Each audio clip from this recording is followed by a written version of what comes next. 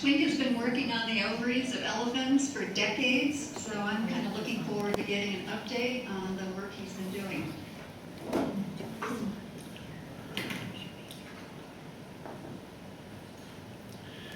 Madam Chairman, ladies and gentlemen, I'd like, with your forbearance, to chat a bit, as the Chairman has just said, about placentation and the hormones of pregnancy in the elephant, but I would point out that the scientific work was very much that of my co-author, Fiona Stansfield. I'm just the mouth in this.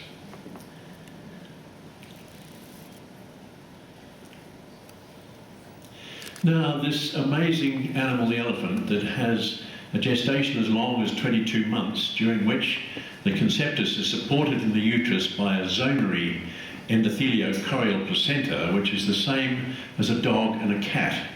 And why it should be that something as big and grand as the elephant has developed a cat or dog-like placenta to support its conceptus, I think remains one of the major mysteries. Let's just start with a few comments about the elephants. And of course the male, that splendid, splendid animal, has a penis that's over 1 metre in length, slightly S-shaped, and I think I'm right in saying that he's the only animal that could potentially step on his own penis if he wasn't careful. And 6 tons, that wouldn't be a good idea.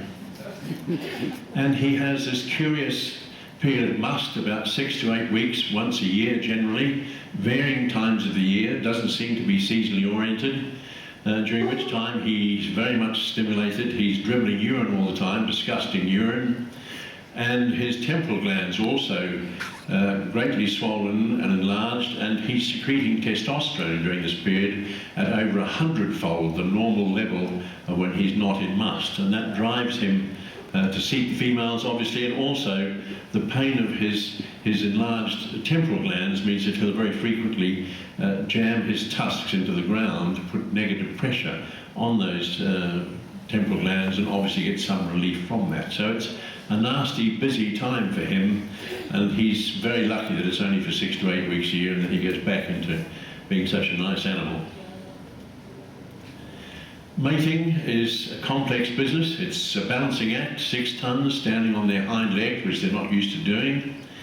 And he can only get intromission to the female with her help, because her vulva, as we know, is between the back legs, not at the back of the escutcheon, and unless she uses her cremaster muscle to open and lift that vulval opening, there's no way he could gain entry. So I think it's again true to say that rape would be impossible in the elephant.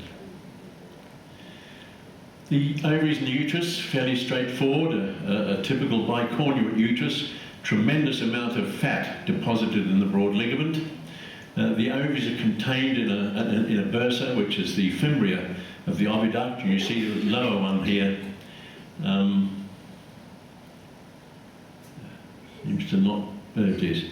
This lower one here is the ovary where we've folded back the fimbria, and the follicles are relatively small in the elephant.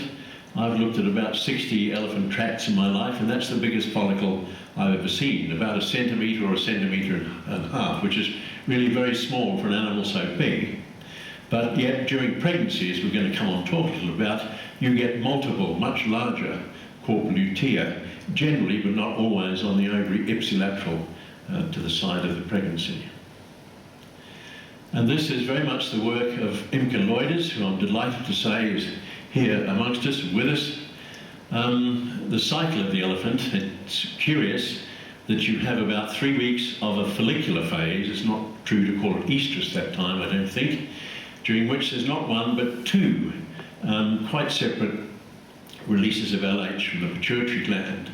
The first of these stimulates a group of follicles which then become luteinized, and this is very much Imke's work, and those luteinized follicles stay there throughout the rest of the cycle, doing not much at all.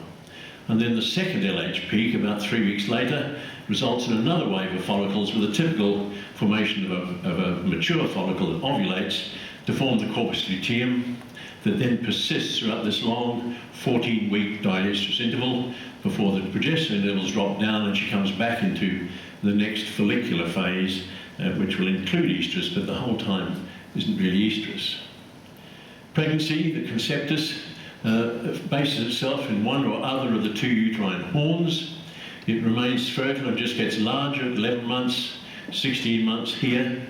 And as I mentioned previously, throughout gestation, from about 40 days onwards, you have these multiple large accessory corpora lutea, which have formed as a result of luteinization and of those follicles during the estrous cycle originally.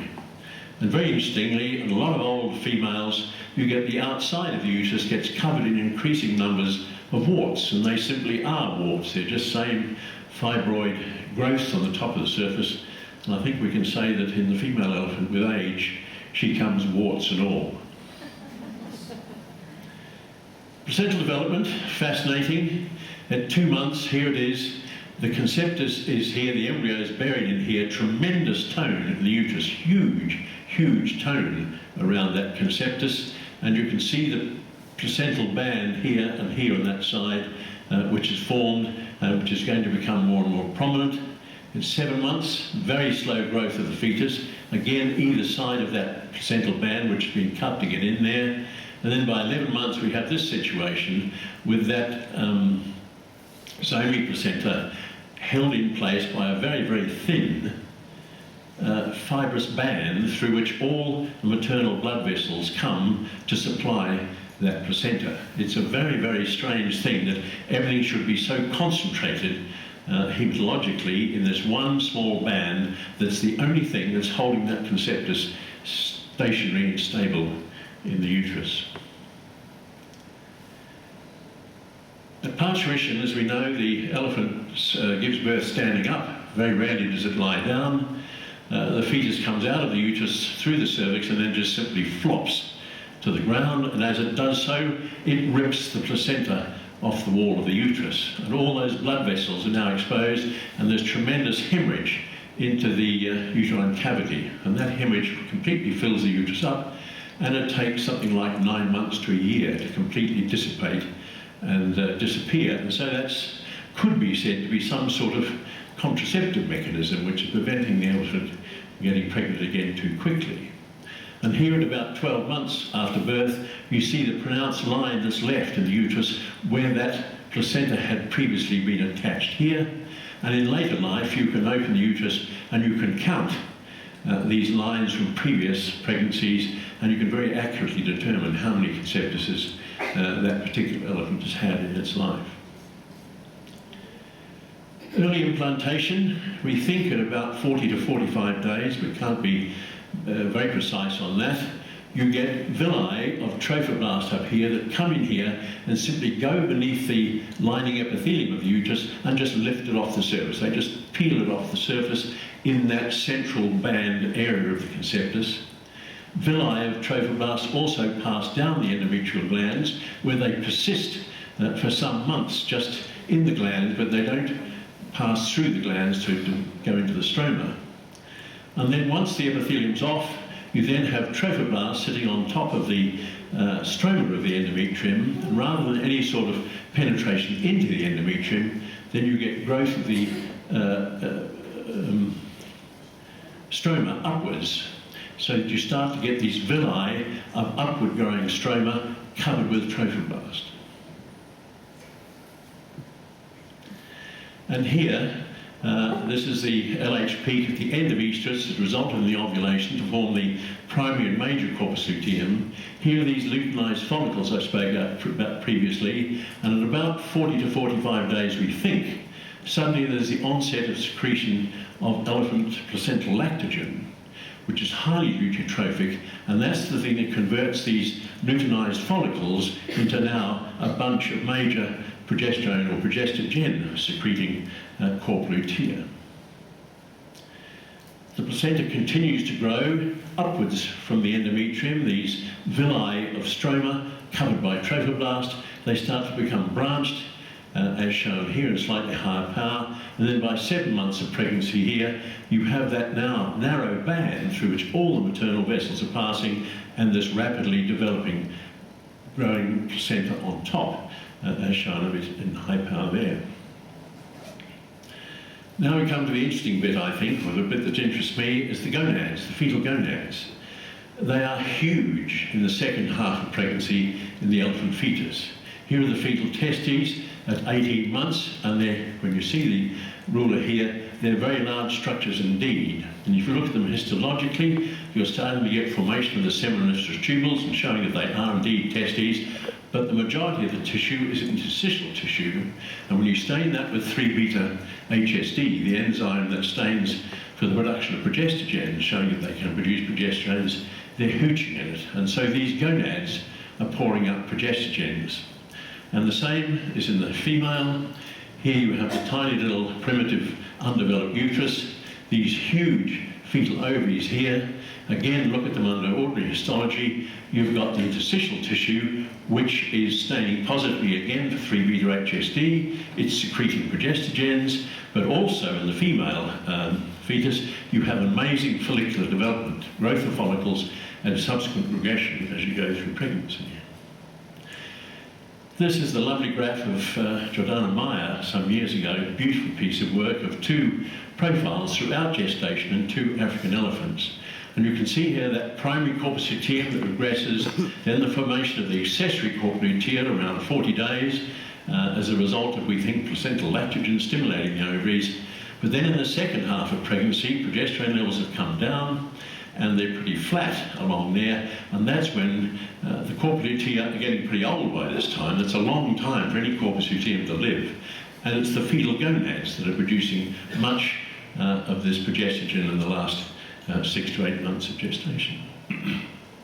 So, summarised there, primary corpus luteum, secondary corpus luteum after about 40 days as a result of placental lactogen being secreted by the placenta, and then in the second half of pregnancy, as the corpus luteum are declining in activity, you have the fetal gonads take over and produce the progestogens to maintain the pregnancy state. Finally then, looking at primary follicle numbers, and here we are, this is late pregnancy here, birth at 0, and this is counting throughout the ovaries a number of small follicles, primary follicles basically, containing an oocyte, and you can see a crashing down in late pregnancy as those fetal gonads regress, and they have wasted all the oocytes with formation of the follicles during the second half of gestation. And then early on here, early life, this is the age of the calf here, levels are much lower, but then curiously and strangely, and we think uniquely, they climb again towards 4, 5, 6, 7, 8 years of age and almost recover to the situation of about 1.5 million primary small follicles in the ovaries. If you look at that here, this is early primary follicles and true primary follicles, and that's all primary follicles. The first bar here is in fetal life, that's from -0.6 to -0.16 years of age, i.e. a maturing fetus. The next is 0.16 plus 2 years of age, the second bar here, then 2.5 to 4.5 years of age, the third, and then finally from 4.5 to 9 years of age, the one here. And as you can see, very pronouncedly, this tremendous loss of primary follicles. At birth, numbers are very low here, both early and true primary follicles, and then there is the formation of new follicles, it appears at the end at about 4 or 5 years of age. And when you stain the gonads of these female calves with a variety of stem cell markers, common stem cell markers, Stella, OCT4, NANOG, or LIN28, you see pronounced staining of groups of cells within the gonadal tissue.